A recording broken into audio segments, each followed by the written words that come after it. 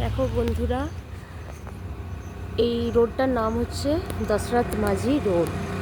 এখানে দশরথ মাঝি বলে একজন একসময় তার ওয়াইফ অসুস্থ ছিল, তখন এই পাহাড় আর এই পাহাড়টা একসাথে অ্যাটাচ ছিল। তা এই পাহাড় ডিঙিয়ে ওনার ওয়াইফকে ডাক্তারখানায় নিয়ে যেতে হবে বলে পারেননি, ওনার ওয়াইফ মারা গেছিলো। তখন সেই রাগে দশরথ মাঝি এই পাহাড়টা শুধুমাত্র হাতুড়ি আর ছেনি নিয়ে পাহাড় কেটে এই রাস্তাটা করেছে, আলাদা করেছে এই পাহাড়টাকে 22 বছর ধরে। ভাবা যায় বলো?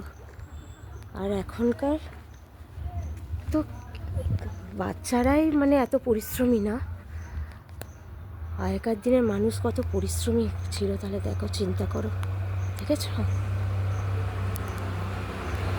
এবং দশরথ মাঝি ওই পাহাড়টা যখন একা কেটে এই রাস্তাটা করেছে, তখন সরকারের টনক নড়েছিল, তখন সরকার হাত লাগিয়েছিল।